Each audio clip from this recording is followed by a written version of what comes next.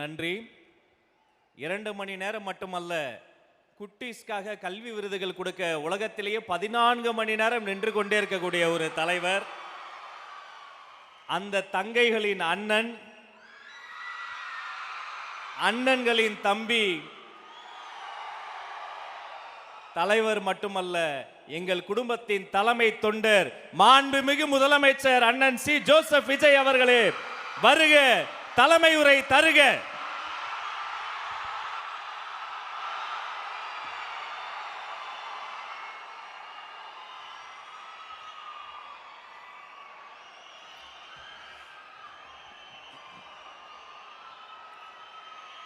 என் நெஞ்சில் குடியிருக்கும்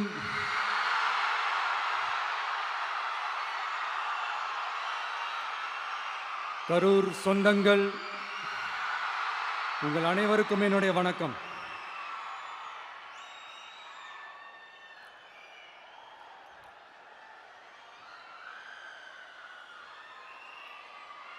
ஒரு மனுஷன் லைஃப்ல எவ்வளோ பெரிய ஒரு உயரத்துக்கு போனாலும் மனசளவில் சில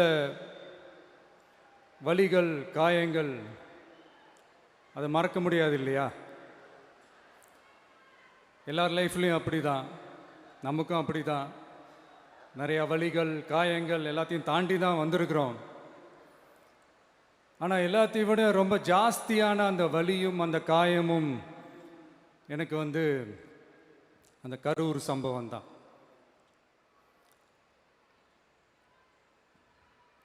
மக்களை சந்திக்கணும், மக்கள் பிரச்சனைகளை எடுத்து பேசணும். அதுக்காக தான் அந்த மக்கள் சந்திப்பு பயணத்தை தொடங்கி திருச்சி, அரியலூர், நாகப்பட்டினம், திருவாரூர், நாமக்கல், கரூர் அப்படின்னு சொல்லிட்டு போயிட்டு இருந்தோம். அரியலூரில் அந்த மீட்டிங் முடிச்சுட்டு பெரம்பலூர் போகிறதுக்கு முன்னாடி அந்த பெரம்பலூர் போலீஸ் எங்களை அலர்ட் பண்ணாங்க. சரிங்க, கூட்டம் கொஞ்சம் ஜாஸ்தியாக இருக்குது, லேட் ஆகிடுச்சு, வராதிங்க அப்படின்ட்டு. So we had no choice. Police சொன்னால் நம்ம அதை ஒபே பண்ணி தானே ஆகணும். அதே நேரத்தில் பெரம்பலூர் மக்களோட அந்த சேஃப்டியும் மைண்டில் எடுத்துக்கிட்டு ஒரு மன வலியோடவே திரும்ப போயிட்டோம். அதுக்கப்புறம் பெரம்பலூர் தொகுதி மக்களுக்கு மன்னிப்பும் கேட்டோம். அதே மாதிரி நாமக்கல் அந்த மீட்டிங் முடிச்சுட்டு கரூர் வரும்போது அந்த கரூர் போலீஸ் எங்களை அலர்ட் பண்ணியிருக்கலாம்ல.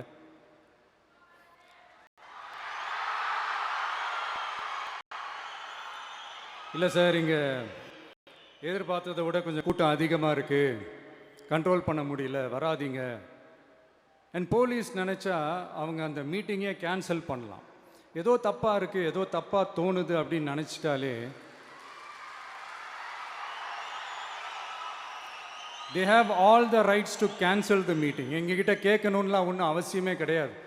ஆனால் அதையெல்லாம் எதுவுமே செய்யாமல் அந்த ஹைவேல இருந்து அந்த ஸ்பாட்டுக்கு போலீஸே எங்களை உள்ளே கூட்டிகிட்டு வந்து விட்டு அந்த நாடகம்லாம் இருக்கு பாருங்க.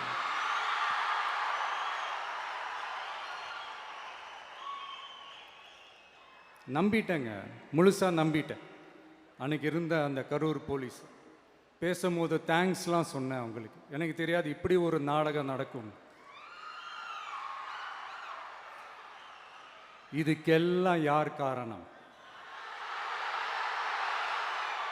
இதெல்லாம் யார் சொல்லி செஞ்சது? இப்படி பண்ணுங்க, அப்படி பண்ணுங்க, சப்போஸ் அப்படி நடந்தா இப்படி பண்ணுங்க, சப்போஸ் இப்படி நடந்தா இந்த மாதிரி இன்ஸ்ட்ரக்ஷன்ஸ்லாம் கொடுத்து அந்த ப்ரெஷர் போடுறது யாரு?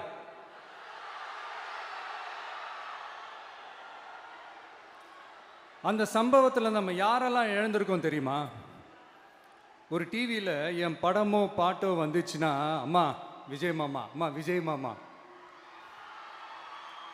அப்படின்னு சொல்லி அவங்க அம்மா கிட்ட சிரிச்சுக்கிட்டு அந்த டிவி ஸ்க்ரீனை போய் தொட்டு முத்தம் கொடுத்துக்கிட்டு என் அக்கா தங்கச்சிங்களோட தங்க பிள்ளைகளை இழந்திருக்கோம்யா. மழலை கூட சரியா வராதப்போ ஒரு பேப்பர் மேகசினில் என் ஃபோட்டோவை பார்த்தா அது சிரிச்சுக்கிட்டு அந்த கள்ளங்கபடம் இல்லாத அந்த சிரிப்பு, அந்த கடவுள் மாதிரி இருக்கிற அந்த பச்சை பிள்ளைங்களை இழந்திருக்கோம்யா. என் அக்கா, தங்கச்சி, அண்ணன், தம்பி, குடும்ப உறவுகளை இழந்து அந்த வலியோட இருக்கிற என்ன நீங்க ஏளனமா பேசுறீங்களா? என் மேல பழிய தூக்கி போடுறீங்களா? இப்படி ஒரு சம்பவம் நடந்துருச்சு. இது ஏன், எதனால, அதுக்கான பின்னணி என்னன்ட்டு அந்த வலியோட வீட்டில் உட்கார்ந்துட்டு இருக்கிறேன். ஓடி ஒளிஞ்சிட்டான்னு வர சொல்றீங்களா? வாயின்னு ஒன்று இருந்தா என்ன வேணாலும் பேசுவீங்களா?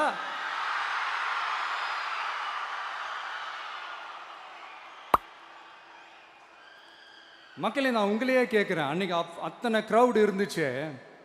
அந்த க்ரௌடுக்கு தகுந்த மாதிரி போலீஸ் பாதுகாப்பு கொடுத்தாங்களா? இந்த இடத்தை எடுத்துக்க சொல்லி நாங்க தான் சொன்னோம்னு ஒரு போலீஸ் ஆபீசர் பேட்டி கொடுக்கிறாரு. அதுக்கு என்ன அர்த்தம்?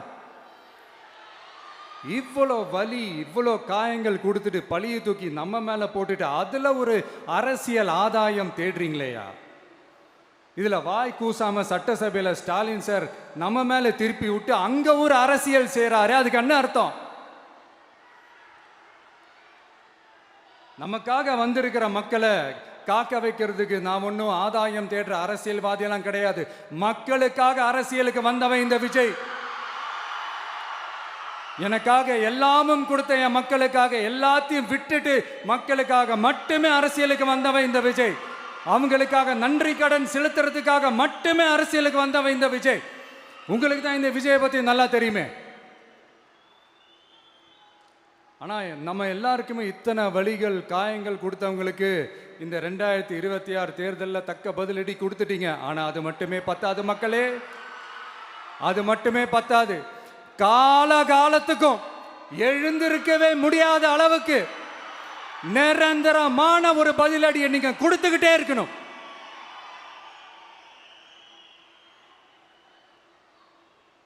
இப்படிலாம் பண்ணா நான் மக்களை விட்டு ஓடிடுவேன் நினைப்பா? யார் என்ன ஓடினாலும் நான் மக்களை விட்டு எல்லாம் ஓட மாட்டேன். அன்னைக்கும் சொன்னேன், இன்னைக்கும் சொல்றேன், நாளைக்கும் சொல்றேன், தில்லா சொல்லுவேன், கெத்தா சொல்லுவேன். பணமா ஜனமா அப்படின்னு கேட்டா என் ஜனம் தான் எனக்கு முக்கியம்.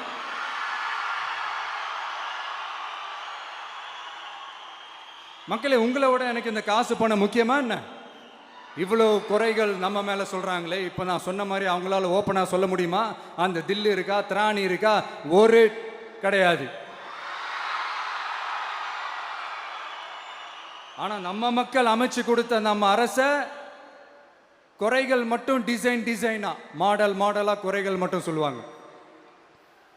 ஒவ்வொரு டிபார்ட்மெண்ட்லயும் அந்த பார்ட்டி ஃபண்ட், அந்த கட்சி நிதின்ற பேர்ல அடிக்கிற கொள்ளையெல்லாம் இந்த தீய சக்தியா இருக்கட்டும், தீந்து போன சக்தியா இருக்கட்டும், ரெண்டு பேரும் மாறி மாறி இதே தான் செஞ்சிட்டு இருக்கிறாங்க. இதுல ஒரு ஹைலைட் காமெடி என்னன்னா, சட்டசபையில் பேசும்போது பார்ட்டி ஃபண்டுன்னு தான் சொன்னேன். அது எந்த பார்ட்டி, என்ன ஃபண்டு, யாரு, என்ன பேரு, எதுவுமே சொல்ல. பார்ட்டி ஃபண்டுன்னு சொன்னவனை எடுத்தாங்க பாருங்க ஒரு ஓட்டம். எனக்கே ஃபர்ஸ்ட் புரியல, ஏன்பா ஓடுறாங்க? அப்படி என்ன நம்ம இப்போ சொல்லிவிட்டோம்? அதான் அந்த குற்றமுள்ள நெஞ்சுக்கு தான் குறுகுறேங்கும். இது எப்படி இருக்கு தெரியுமா? எங்க அப்பா பீரோக்குள்ள இல்லை, எங்க அப்பா பீரோக்குள்ள இல்லை அப்படின்னு சொல்ற மாதிரி. ஐயோ, ஏன் கேட்குறீங்க? இவங்களோட செம்ம கூத்தா இருக்குங்க, செம்ம ஃபன்னா இருக்கு.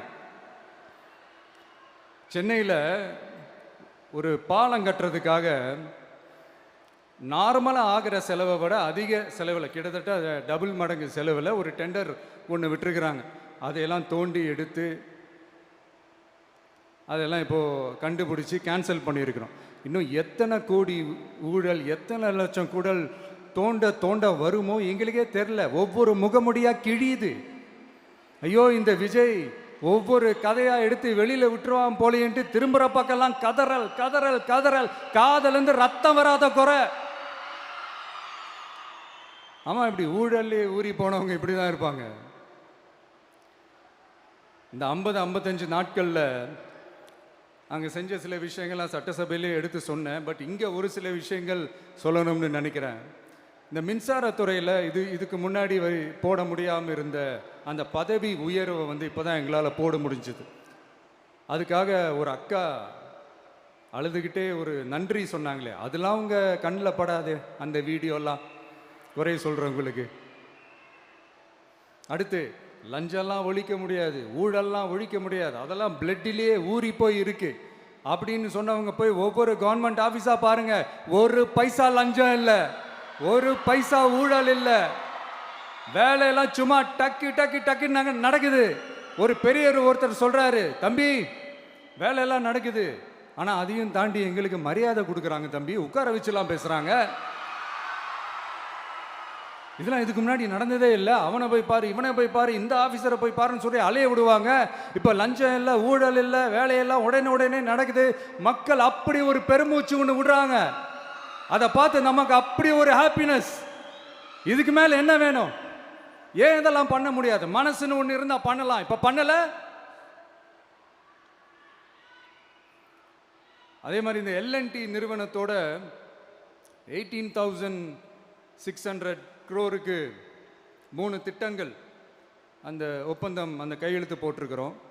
கிட்டத்தட்ட 8,200 பேருக்கு வேலை வாய்ப்பு. நான் சொல்றது அந்த 3 மாவட்டத்தை சேர்ந்தவங்களுக்கே அவ்வளோ வேலை வாய்ப்பு. குறுவை சாகுபடிக்காக 134 கோடியில் அந்த சிறப்பு தொகுப்பு திட்டம் அறிவிச்சிருக்கிறோம் நம்ம விவசாயிகளுக்காக. இப்போவும் சொல்கிறேன், நம்ம விவசாய பெருமக்களே, உங்களோட இந்த அரசு கூடவே நிற்கும். பெண்கள் பாதுகாப்புக்காக சிங்கப்பெண் அதிரடி படை, அது உங்களுக்கு நல்லா முன்னாடியே தெரியும். வரப்போகிற அறிஞர் அண்ணா அவர்களுடைய பிறந்த நாளில் உங்கள் அண்ணனுடைய அரசில் தாய் மாமன் தங்க மோதிர திட்டம் அறிவிக்கப்படும். இதெல்லாம் கேட்டாங்களே, வாக்குறுதி கொடுத்தீங்களே, என்னாச்சு என்னாச்சுன்னு. இந்த தீய சக்தி மாதிரி ரீல் தாய் மாமன்லாம் கிடையாது, ரியல் தாய் மாமன். எப்படி? ரியல் தாய் மாமன்.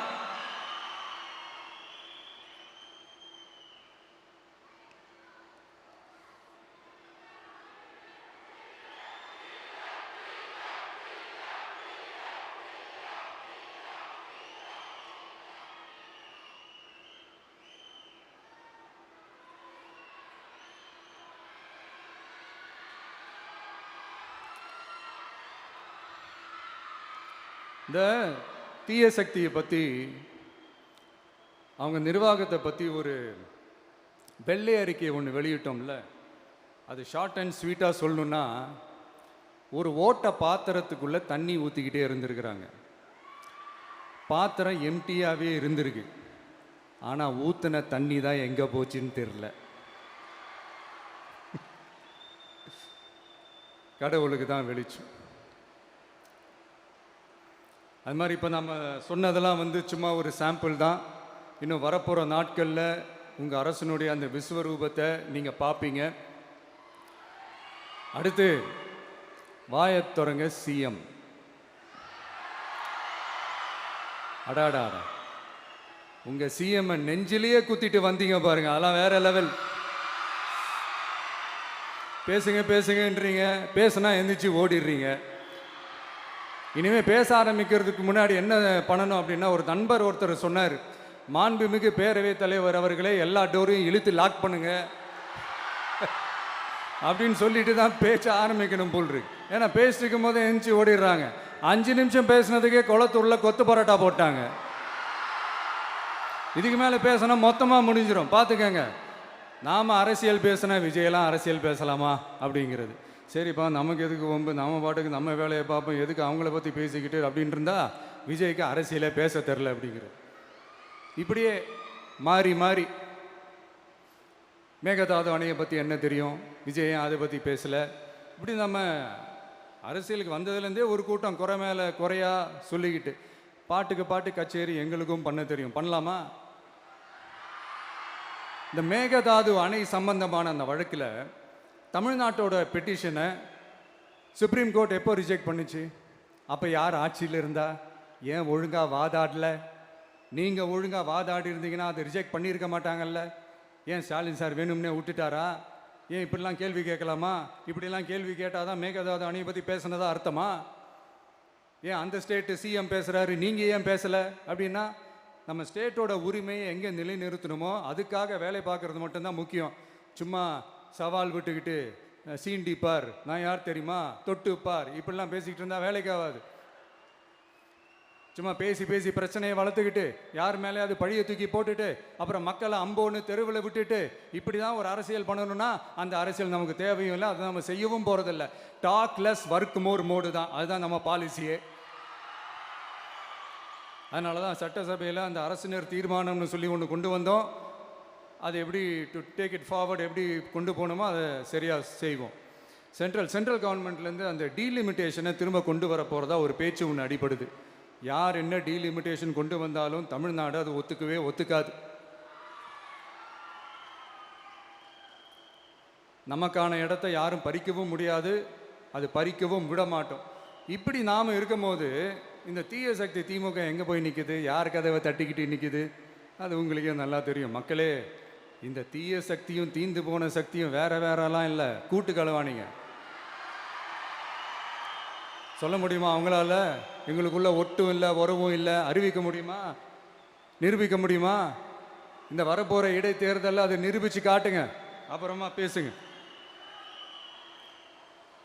மக்களை, என் மனசை விட்டு கரூர் எப்பவும் நீங்காது.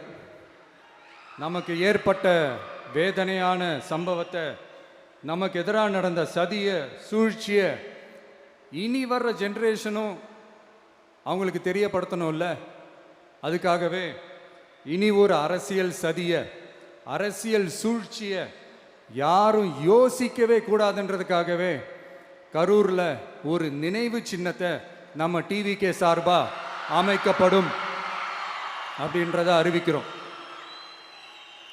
அப்புறம் கரூர்லேருந்து ஒட்டுமொத்த தமிழ்நாட்டு மக்களுக்கும் சொல்கிறேன், உங்கள் டிவிக்கு அரசு உங்களுக்காகத்தான் உழைக்கும். அடிப்படை வசதிகளை முதல்ல நிறைவேற்றணும். ஒரு பக்கம் நிதி நிலைமையை சரி செஞ்சுக்கிட்டே, இன்னொரு பக்கம் அப்படியே நாம் சொன்னதில் ப்ரையாரிட்டி பார்த்து ஒவ்வொன்றா படிப்படியாக நிறைவேற்ற ட்ரை பண்ணுவோம். இது எப்பவும் உங்களுக்கான அரசாக தான் இருக்கும். இந்த விஜய் உங்கள் விஜயாக தான் இருப்பான். நீங்கள் உரிமையோட உங்கள் கவர்மெண்ட்டை நீங்கள் அணுகலாம். இந்த தீயசக்தி ஆட்சி முடிஞ்சு பொட்டிக்குள்ளே போனதுலேருந்து என்னென்னமோ பண்ணுறாங்க, ஏதோ பேசுகிறாங்க. சோஃபாங்கிறாங்க, வாஷிங் மிஷினுங்கிறாங்க. இந்த அரசியல் வியாபாரம் பண்ணுறதுக்கான அந்த வெண்டிங் மெஷினே அவங்க தான். யார்? இந்த திமுக.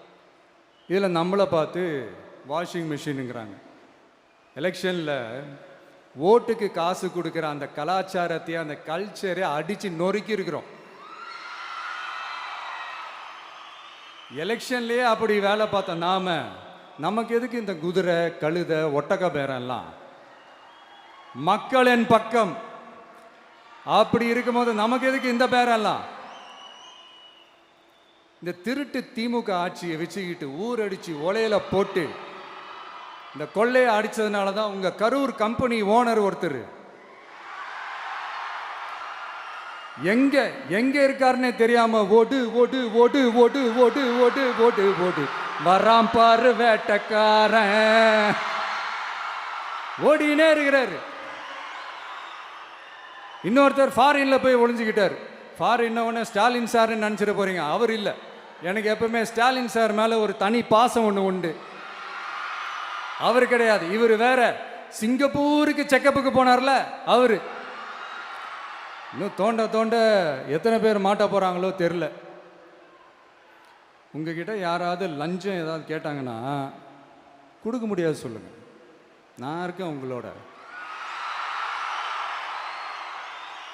அப்படியே யாராவது ஃபோர்ஸ் பண்ணாங்கன்னா இது எங்க மகன், எங்க புள்ள, எங்க அண்ணன், எங்க தம்பி, எங்க விஜய், எங்க விஜயோட ஆட்சின்னு ஸ்ட்ராங்கா சொல்லுங்க. மக்களை, நீங்க கூட இருக்கும் போது லஞ்ச ஊழல் மட்டும் இல்லை, அதிகாரத்தை வச்சு ஆட்டம் போடுற யாரா இருந்தாலும் அடங்கிடுவாங்க. இந்த கடமை, கண்ணியம், கட்டுப்பாடுன்ட்டு ஒரு காலத்தில் கொள்கையோடு இருந்த கட்சியெல்லாம் இன்னைக்கு எப்படி இருக்கான்னு உங்களுக்கே தெரியும். அதாவது இந்த டிவிகே கட்சியோட தலைவரை எதிர்க்கிறதுல ஒரு நியாயம் இருக்கு. ஏன்னா உங்க பொழப்புல மண்ணள்ளி போட்டான். என்ன, இந்த ஊழல் லஞ்சம்லாம் பண்ண மாட்டேன்னு சொல்லி உங்க அரசியலையே ஒரு தெருமுனைக்கு கொண்டாந்து விட்டான். மக்கள் வேற அவனை தான் நம்புறாங்க. ஸோ இந்த விஜயை எதிர்க்கிறதுல ஒரு அரசியல் நியாயம் இருக்குது, அது புரிஞ்சுக்கலாம். ஆனால் இன்னைக்கு இந்த விஜயை மக்கள் ஓட்டு போட்டு ஜெயிக்க வச்சு ஒரு தீர்ப்பை கொடுத்து மக்களுக்காக வேலை செய்யறதுக்காக முதலமைச்சராக உட்கார வச்சிருக்கிறாங்க. என்னமோ இன்னமும் நீங்க தான் ஆட்சியில் இருக்கிற மாதிரி. விஜய் கரூருக்கெல்லாம் போகக்கூடாது, விஜய் இங்கே போகக்கூடாது, அது செய்யக்கூடாது, இது செய்யக்கூடாதுன்னு எனக்கு புரியலையே. ஆட்சியில் இருக்கும் போது தான் இவ்வளோ கட்டுப்பாடெல்லாம் போட்டீங்க, எஸ்ஓபிஸ்லாம் போட்டீங்க, ஸ்டாலின் சார் ஆப்ரேட்டிங் ப்ரொசீஜர்லாம் போட்டீங்க. இப்போவும் அதே பண்ணிட்டு இருந்தீங்கன்னா என்ன சார் நியாயம்? இல்லை நான் தெரியாமல் தான் கேட்குறேன். இன்னும் கனவுலையே இருக்கிறீங்களா? முதல்ல முழிச்சு வாங்க, ரியாலிட்டிக்கு வாங்க. உங்கள் ஆட்சியெல்லாம் வீட்டுக்கு போய் டிவிக்கேன்னு ஒரு ஆட்சி வந்து ரொம்ப நாள் ஆச்சு. ஒழுங்கா படி என்று சுப்ரீம் கோர்ட் ஓங்கி மண்டேலியே நறுக்கு நறுக்கு நறுக்கு என்று செம்மட்டியாலே அடிச்சும் இந்த திமுக முழிச்சிக்கல அப்படின்னா அப்போ கொஞ்சம் கஷ்டம்தான். வெற்றி தோல்வியெல்லாம் அரசியல் சகஜம் சார். அதுக்காகலாம் வெறி பிடிச்சி இந்த பதவி வெறி பிடிச்செல்லாம் அலைய தேவையில்லை. நல்ல விதமாகவே சொல்கிறேன், நியாயமான அரசியல் பண்ணுங்க. ஓ, அதுதான் உங்களுக்கு தெரியாதுல்ல? இந்த தீய சக்தி திருத்தவும் முடியாது, அவங்களா திருந்துவாங்கன்னு பார்த்தா அதுவும் நடக்க போகிறதில்ல. அதனால் வரப்போகிற இடைத்தேர்தலில் மக்களே இந்த தீய சக்தி திமுகவை நல்லா வெச்சு வெளுத்து விடுங்க. கான்ஃபிடண்டா இருங்க மக்களே, நல்லதே நடக்கும், வெற்றி நிச்சயம். மீண்டும் சந்திக்கும் வரை நன்றி, வணக்கம்.